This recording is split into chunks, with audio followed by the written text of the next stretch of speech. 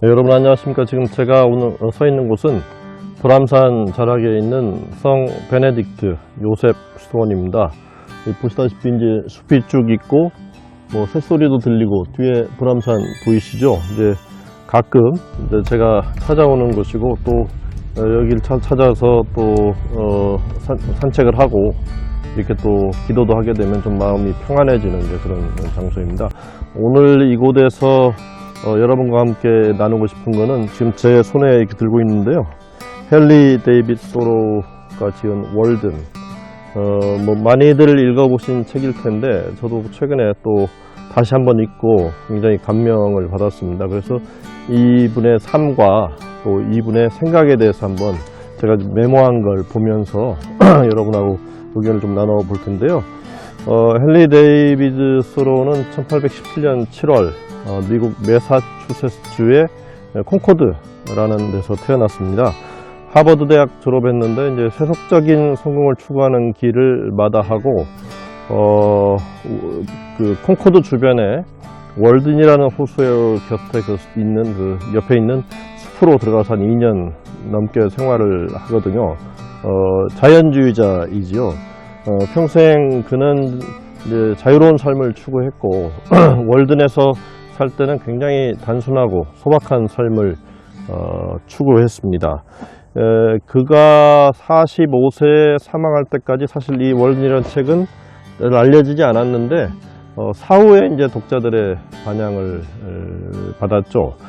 자연에 대한 뛰어난 묘사, 또 문명에 대한 풍자, 또 참다운 인간의 길을 추구한 그의 철학 등이 이제 공감을 얻은 건데요. 소로는 왜 젊은 나이에 세상으로 나가지 않고 숲으로 갔을까요? 그는 그 사소한 일에 인생을 허비하기보다는 인생의 본질을 마주하고 싶어 했습니다. 인생을 좀 깊게 살아보고 싶었던 것이죠. 역설적으로 그는 이런 삶을 살기 위해서 책에 나오는 말인데요. 간소하게 살아라, 이런 말을 반복적으로 강조합니다. 이 책에 이제 보게 되면 자연에 대한 찬양, 뭐 소박한 삶, 여러 가지 이제 배울 게 많은데요. 특히 이제 문명 사회에 대한 이제 통렬한 비판이 있거든요.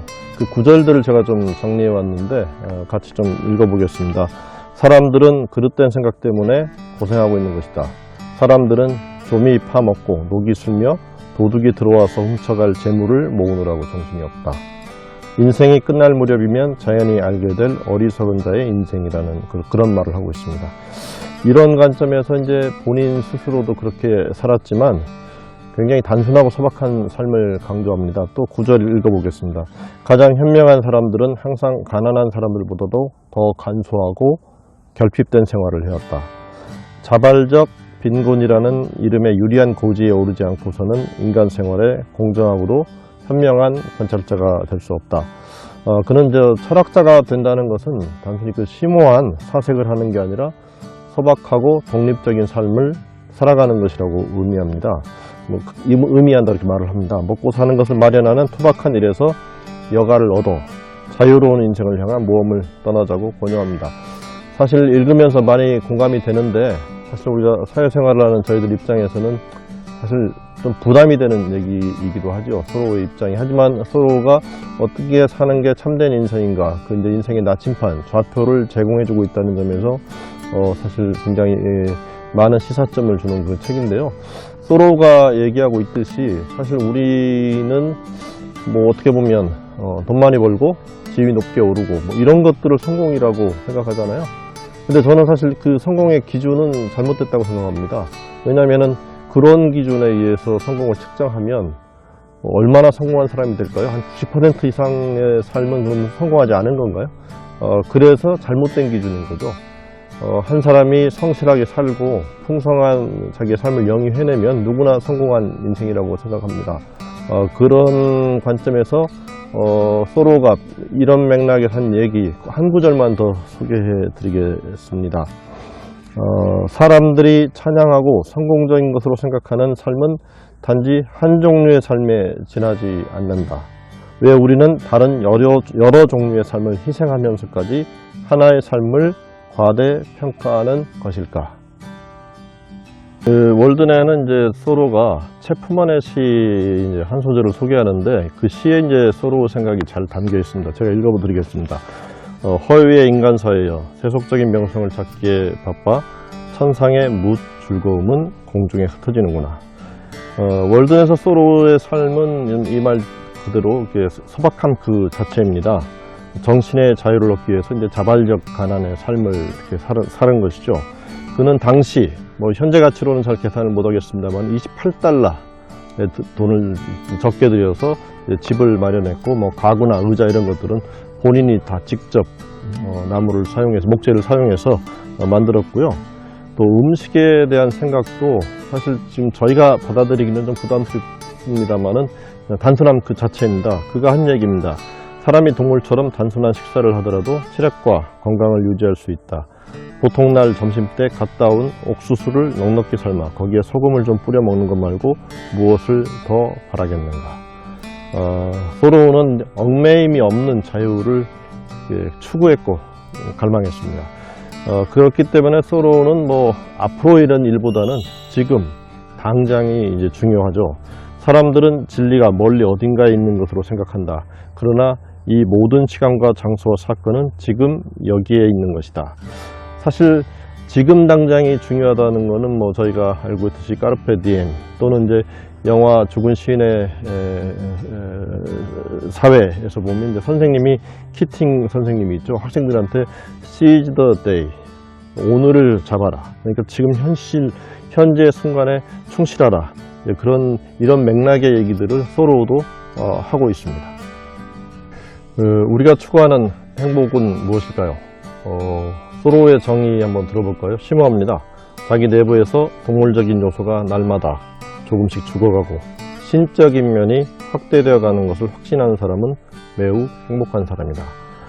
영적인 깊이가 더해가는 삶을 이제 행복으로 이렇게 정의합니다. 그는 우리는 더 많은 것을 얻으려고만 끝없이 노력하고 때로는 더 적은 것으로 만족하는 법을 우리는 왜 배우지 않는 것인가, 이렇게 이제 무거운 질문을 던지죠.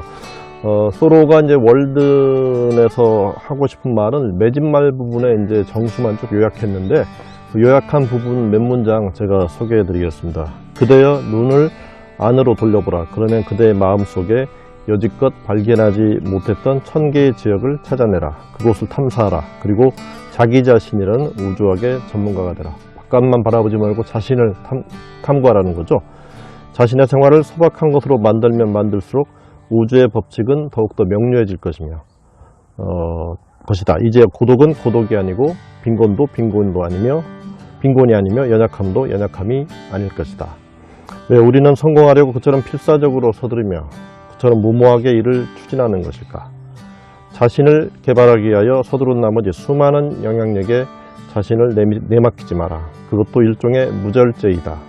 겸손은 어둠이 드러나듯이 천상의 빛을 드러내게 한다. 어떤 사람도 높은 수준의 정신생활을 하는 것으로 인해 낮은 차원에서 손해를 보지는 않는다. 남아 돌아가는 분은 쓸모없는 것들밖에 살 수 없다. 어떻습니까? 고개는 끄덕여지는 얘기들인데 내가 이걸 실천하며 살 수 있을까 할 때는 또 부담스러운 말이죠. 사실 근데 그럼에도 불구하고 월드는 세계적인 베스트셀러입니다. 많은 분들이 소로의 얘기에 공감하는 거죠. 자신의 삶은 그렇지 못하지만 소로가 소로가 한 말들이 삶의 등대 역할을 해준다고 이렇게 생각하는 것이죠. 많은 분들이. 그래서 오늘은 이제 월든과 이제 헨리 데이비드 소로의 삶을 같이 여러분과 얘기 나눠봤는데요. 우리가 이분처럼 그대로 살 수는 없을 거예요. 하지만 이분이 남기고 간 얘기들을 보면서 우리 삶의 어떤 부분이 잘못됐고 또 우리가 보다 행복하기 위해서는 어떤 접근법을 어떻게 살아가야 되는지에 대한 접근법을 선택해야 되는지, 그거에 대해서 소중한 교훈을 주고 있다고 생각합니다.